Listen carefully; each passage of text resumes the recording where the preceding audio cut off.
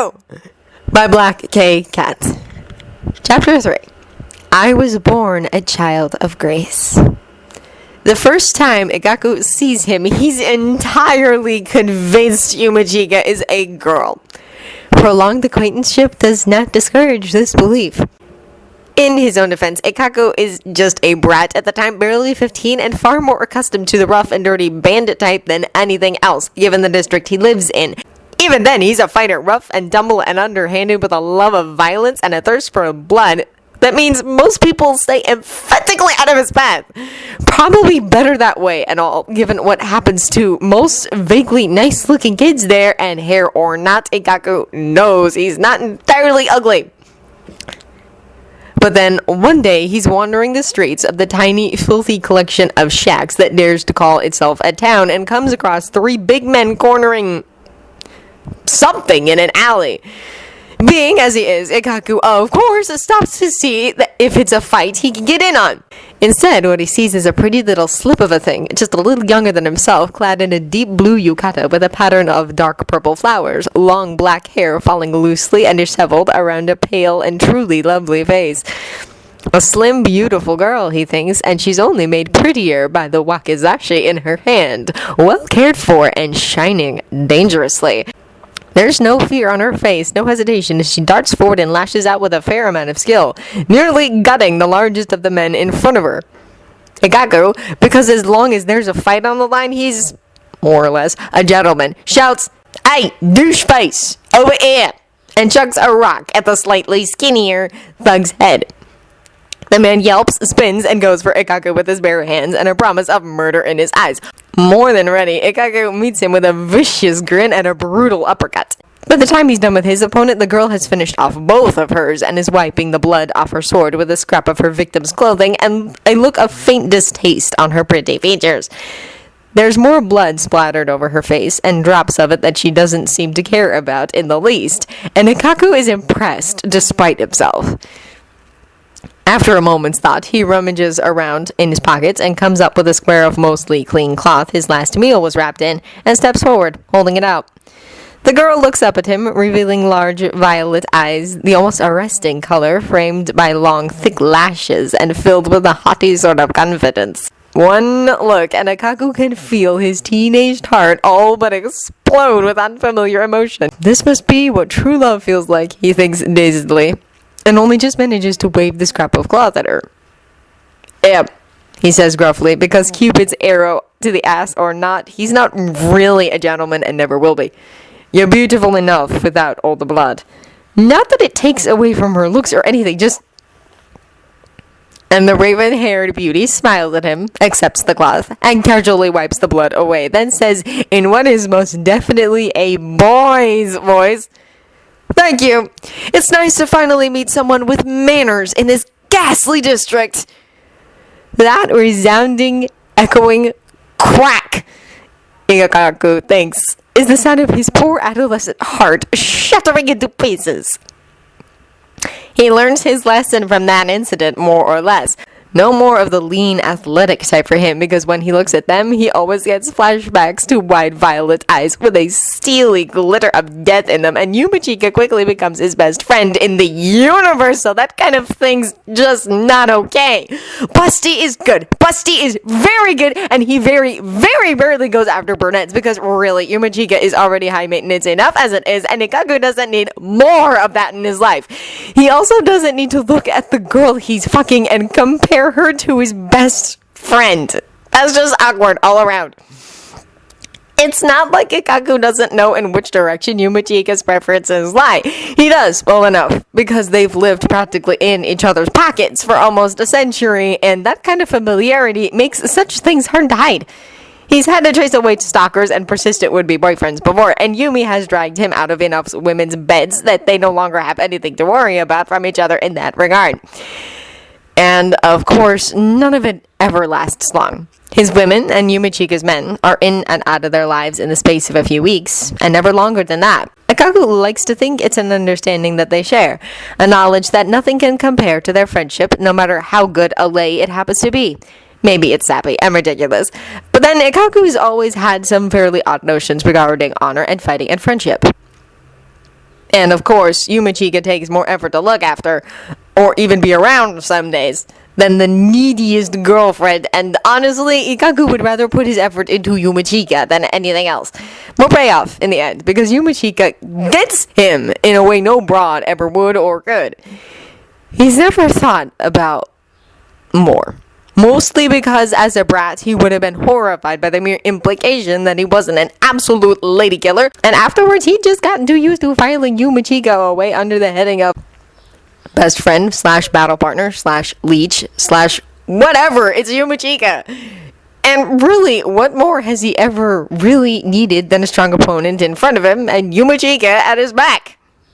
Not to say that he doesn't notice how pretty Yumichika is. He does, obviously, and has ever since they first met. He's also had to fight off more than one creep with wandering hands who slipped something into a drink or cornered Yumi or tried to pay him for favors, and not just at the Rukungai either.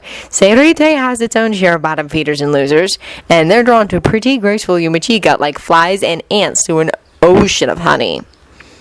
Honestly, sometimes Ikkaku thinks about just planting a wet one on the man in the middle of a crowded street simply so he doesn't have to deal with the sheer aggravation of it anymore. It's not that Yumichika needs Ikkaku to protect his virtue either, but Ikkaku is aware of just what he's asking Yumichika to do, standing on the sidelines whenever Ikkaku goes into battle, being the one to call for funeral arrangements when things go south. And he's not a complete bastard who'll demand something like that without giving anything back. So he does creep patrol, loons menacingly whenever Yumichika feels the need to flirt with people who obviously aren't even close to his league. Not that many people are, granted. And keeps a weather eye out for bastards and people who want to use Yumichika. Yumichika is allowed to use people, but never the other way around. Not while Ikkaku's still breathing, at least. By all rights, it should be a relief to see Yumichika finally settling down.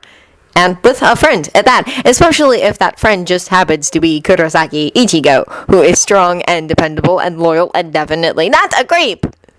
So why, when he looks at them lying there like that, Ichigo's head in Yumichika's lap, Yumichika's long, elegant fingers in Ichigo's hair, both men sweaty and satisfied and gorgeous in a way Ikkaku is definitely never going to be able to rival, why does it just ache?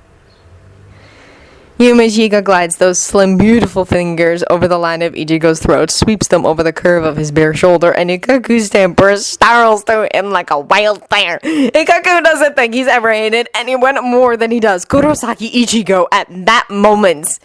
But before he could say anything, or do anything, there's a sharp and angry growl from beside him, and a moment later, Renji is gone and Ichigo is following, looking fit to skin him.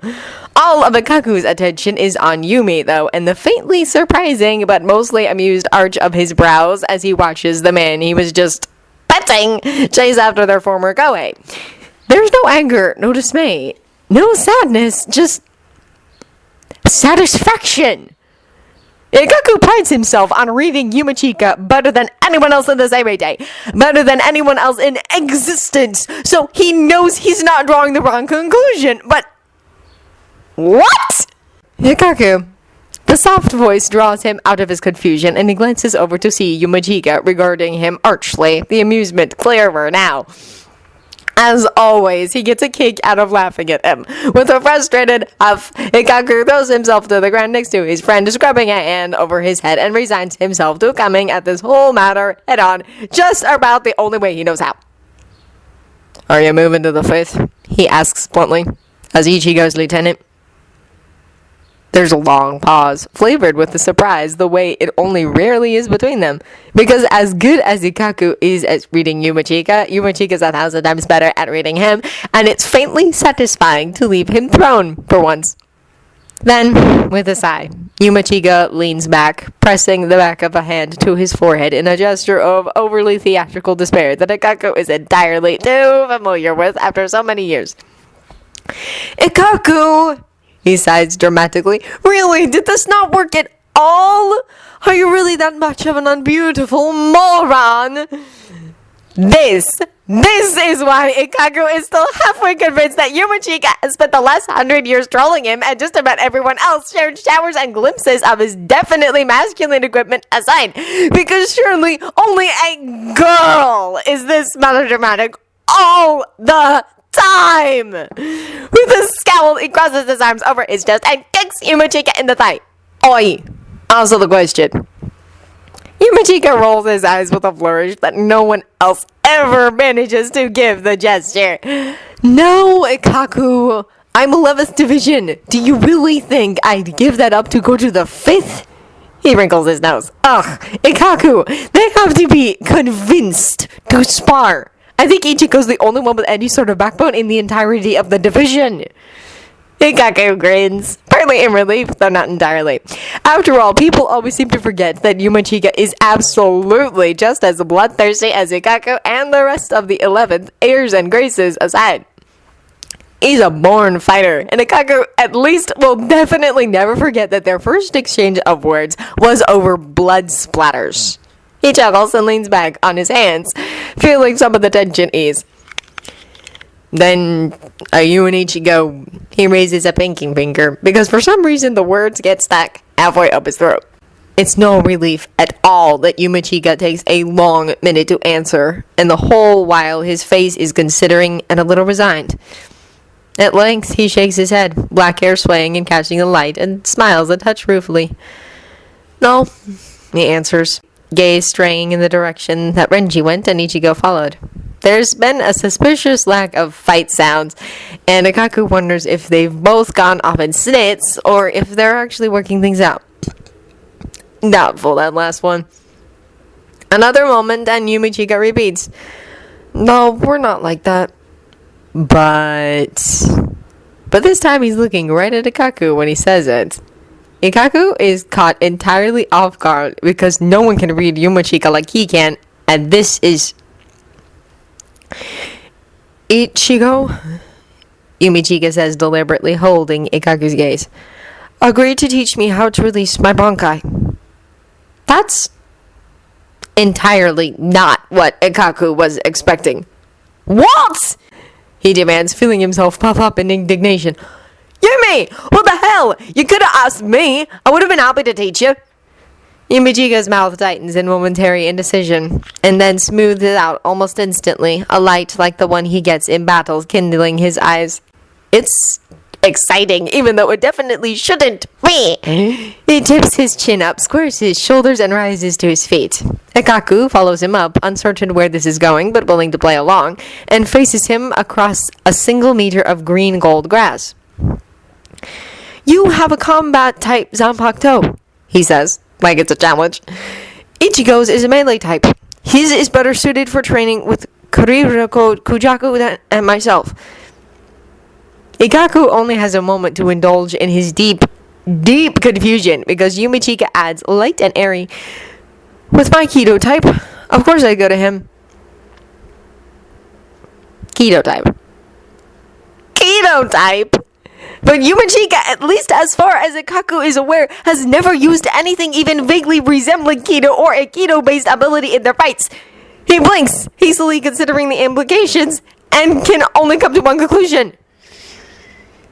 You bastard, Yumichika! He snarls, offended, right down to his toes. You've been holding out on me!